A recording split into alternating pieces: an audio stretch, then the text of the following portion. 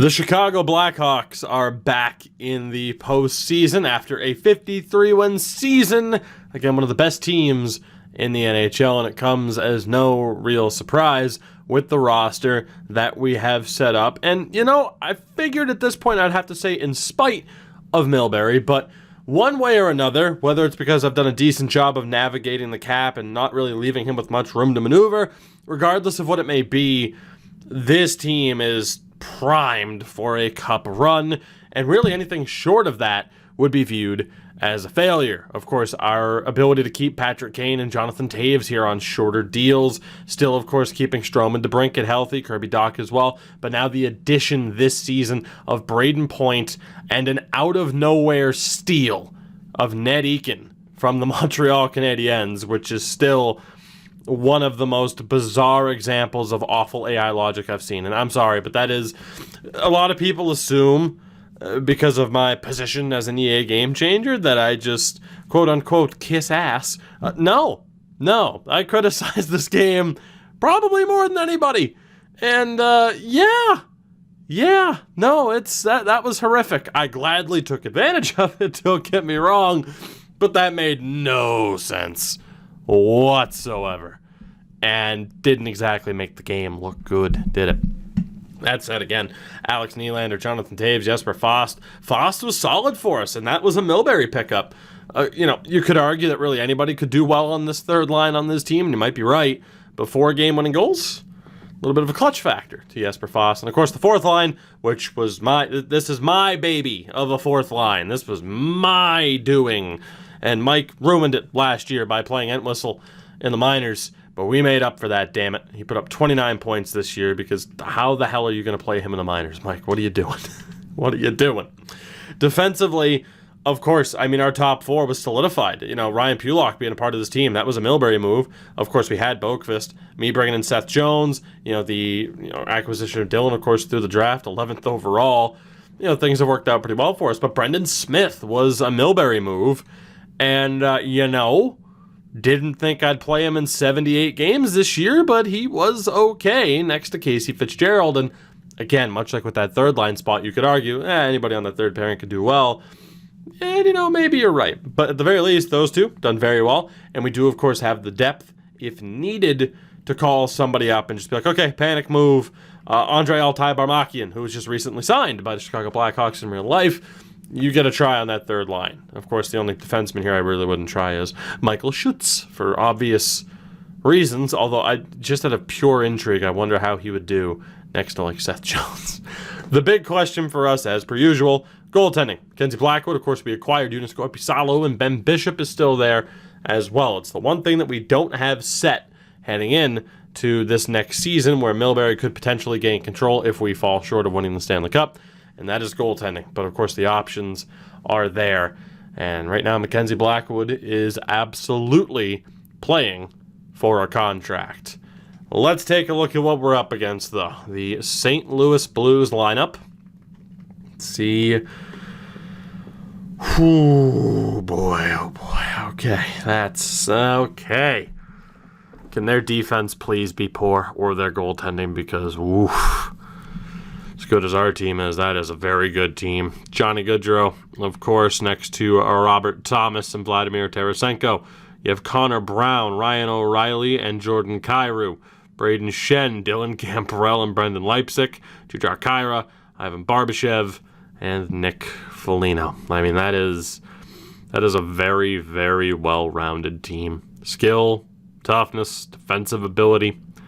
Speaking of defense, it doesn't get any easier. Vince Dunn and Colton Parayko, Justin Falk, Scott Perunovich, and of course, with Justin Falk, we've seen what he's been capable of in the past when we've played the Blues in the playoffs. So I'm kind of scared. Ben Sherratt and Jordan Oosterle, the third pairing. The goaltenders, Grubauer and Kemper. Grubauer, Kemper, Grub. Healthy scratches, Klim Kostin and Teemu Puistola. Right. This is not an easy first matchup at all for a 1v8 seed. This is, God, the Blues are going to win the Cup this year, aren't they? Wow. You expect a better, more beneficial matchup. Fact is, they underperformed to finish as low as they did. It could have easily been Colorado. It could have easily have been Nashville that we ended up playing, and it might come back to haunt us that it is St. Louis. Again, we beat them a few years ago, but in terms of a lineup that scares me because of how well it could sim, yeah, I'm not feeling too good. They have a better defense. They have better goaltending. But we do have that 100 rated offense that we really need to make the most of. All right, let's do this. Let's see how she goes. The Hawks back in the first round. Can we make the most of it? Game 1, first period. What's going to happen? The answer is 2 goals apiece. Braden Shen on the power play. Not even 40 seconds into it, 36 seconds into it. Dylan Gambrell gets another one. We get it back, though, with DeBrincat and Patrick Kane.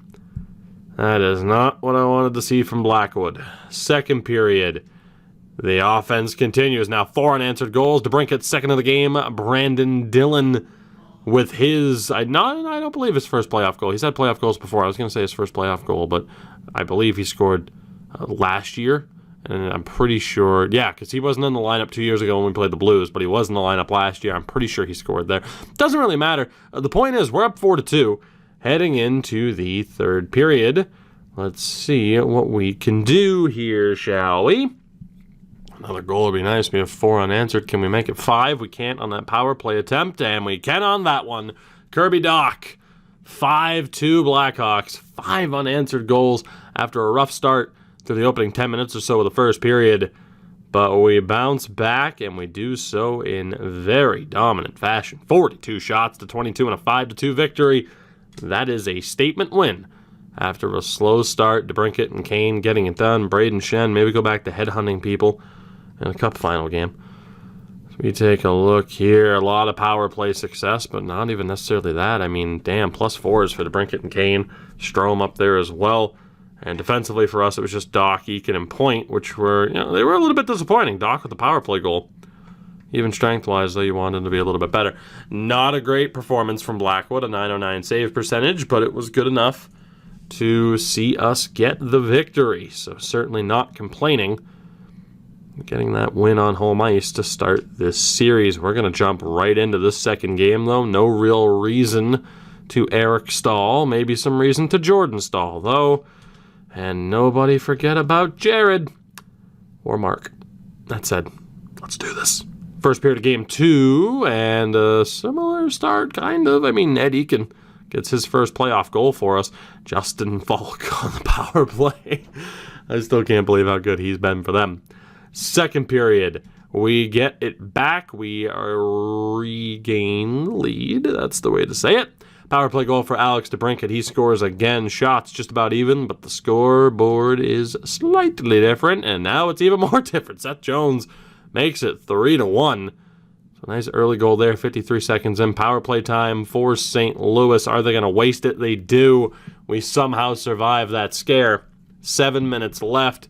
Still up by 2.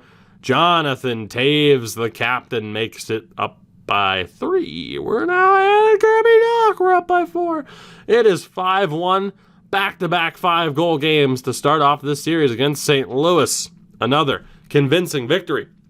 A tremendous performance from that second line and a spectacular performance from Mackenzie Blackwood to bounce back, shutting them down beyond the first period.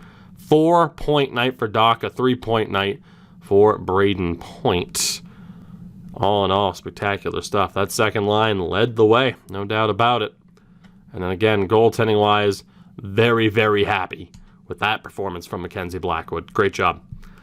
Great job, and exactly the type of performance that we're going to need. Outscoring them 10-3 over the course of these first 2 games. But game 3, venue changes.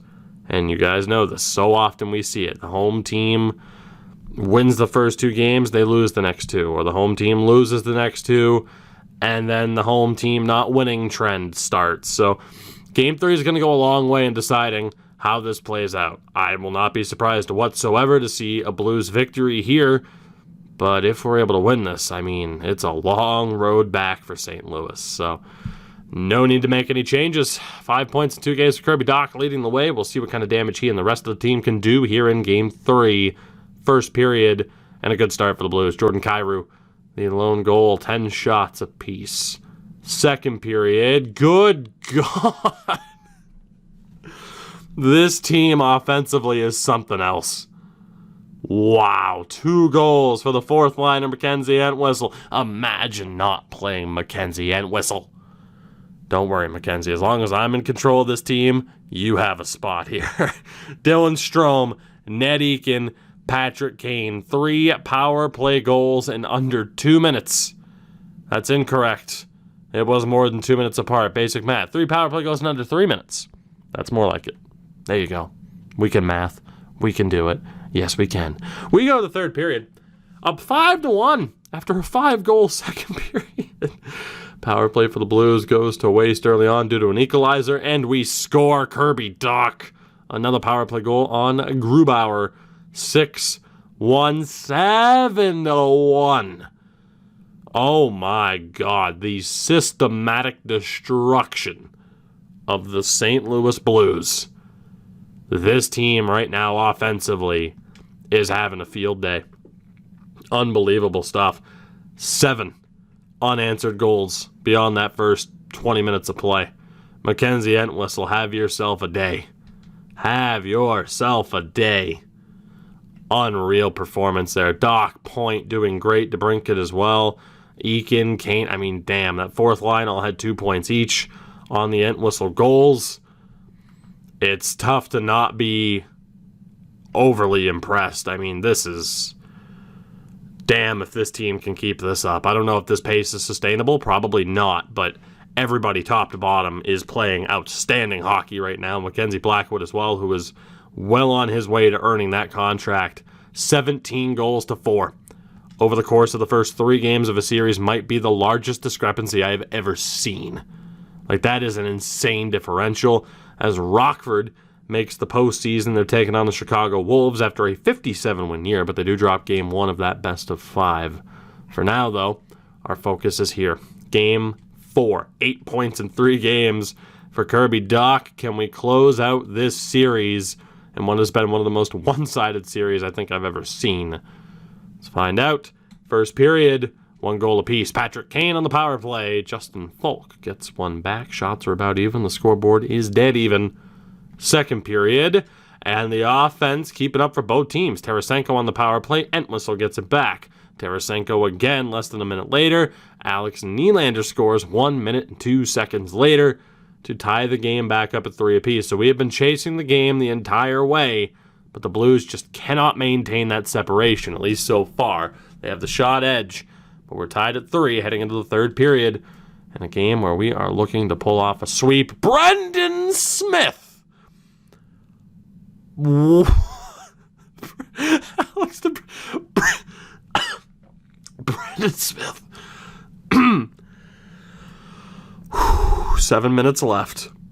6, 5, 4, 3, 2, 1. Seth Jones. Brendan Smith scores the series clinching goal. The Blackhawks sweep the Blues. We swept them 6-3 in Game 4. Brendan Smith scored a goal. Oh my God. To say that everything came up Millhouse in that series would be an understatement. Only 5 players went without a point. Insane stuff. Adam Boqvist, who we had some concerns about, was phenomenal. Mackenzie Blackwood had a bit of a rough game. First game of the series was a bit rough. Last game of the series was a bit rough. But all in all, one of the most complete and dominant first-round performances, really any round of a playoff performance, I've ever seen. I mean, that is just absolutely ridiculous. 23 goals in 4 games to the Blues 7. That is something else. What a performance. What an effort.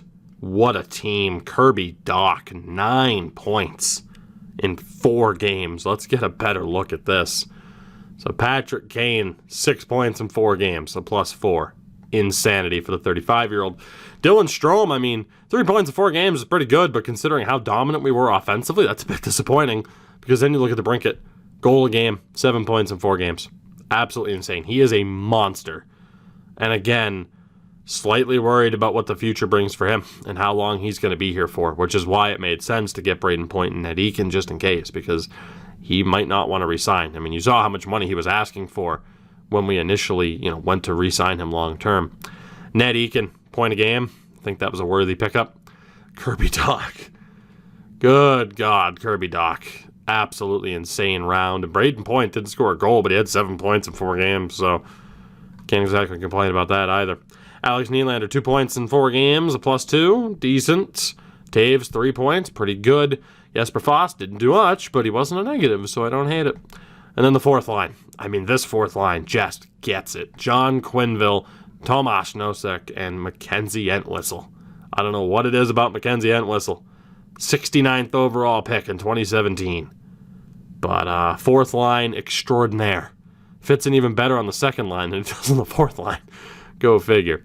Defensively, Brandon Dillon. 2 points in 4 games, a +6.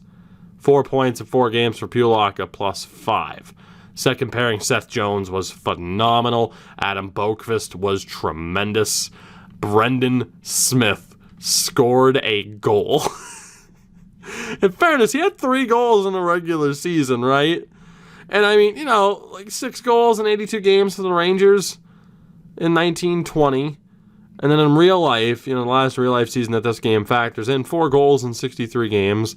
But, the man has almost 600 games and only 32 goals. It is not likely at the NHL level that he's going to score. That is just his 3rd career postseason goal. In real life, you look at these playoff rounds against Detroit, and then 16-17 went to round 2 with the Rangers. No goals. Brendan Smith, though, scores at 35 years old, a power play goal, a postseason goal. And then Casey Fitzgerald didn't do much, but he didn't have to. And then goaltending-wise, Blackwood, solid. The 2 games in between the bookends, phenomenal stuff. Absolutely phenomenal. There's not too much to complain. There's really nothing to complain about with this team right now. That was a spectacular performance. A spectacular team effort from top to bottom. And because of that, we are moving on to round 2. We're right now the favorite to, Nashville wins. So we'll see what happens with Rockford as they're tied now at 1 win apiece through 2 games. An important game 3 that they lose. So their season's on the line here in game 4. And they get bounced. So a 57-win season, but Rockford crashes and burns, and it's confirmed. We will be playing the Minnesota Wild in the second round. The 47-win Wild, the 2nd seed. Unfortunately, the lower seed could not pull off the upset. So all in all, again, they beat Nashville in 6. Anaheim beats Edmonton in 5. Colorado over Vegas in 6. So it's Chicago, Minnesota, Anaheim, and Colorado. Over in the East, Pittsburgh beats the Islanders. Washington survives Montreal, who, that would have been impressive considering they lost Eakin had they won that. Buffalo beats Tampa. Philly beats Toronto. So Washington, Pittsburgh, because, of course, Buffalo and Philadelphia, the final 8, the Elite 8, are set. And right now, needless to say, we're feeling good. And we have a whole lot of momentum on our side heading in to this second round. Although, thank God we're not playing Colorado. Damn. I wish you could see the point per game pace. You can see power play goals. As far as I'm aware, you can't see a point per game pace, because I'd love to know, what Kirby Dach's point per game pace is. I mean, yeah, it would have been better than anybody else. I mean, he plays an extra 2 games. Yeah, he would have had McKinnon beat, but that just shows that Nathan McKinnon was on an absolute tear in that first round. So that, actually, let's take a look here. Goals for per game. Wow, St. Louis just shut down. Averaged almost 6 goals a game on them. And, of course, the average, Our power play percentage is at 58.3. 12 power play chances, 7 goals. Our PK, though, is only at 75%, so might be something to keep in mind. With that, that'll do it for this one. I hope you did enjoy. You know the deal. Support the video, support the channel. Greatly appreciated. We finally hit 17K. In terms of the channel growth with subscriber count, I'm honest with you. We've plateaued a bit, but for those of you that stick with me, for those of you that have signed on recently, I do greatly appreciate it as we continue, to try and scratch and claw our way up that old sub-number mountain. Does that make sense? I think it does. I don't know. Thank you, though. Appreciate it. Check out everything in the description, of course, if you haven't already. All the socials. Twitch, of course, we stream there every single night. And shout out to my patrons over on Patreon. I love you all. I'll see you, that means you, yes, you, in the next one. Until then, have a good one. Take it easy. Stay safe. Wash your hands. Stay home. Have a good one. I'll catch you next time.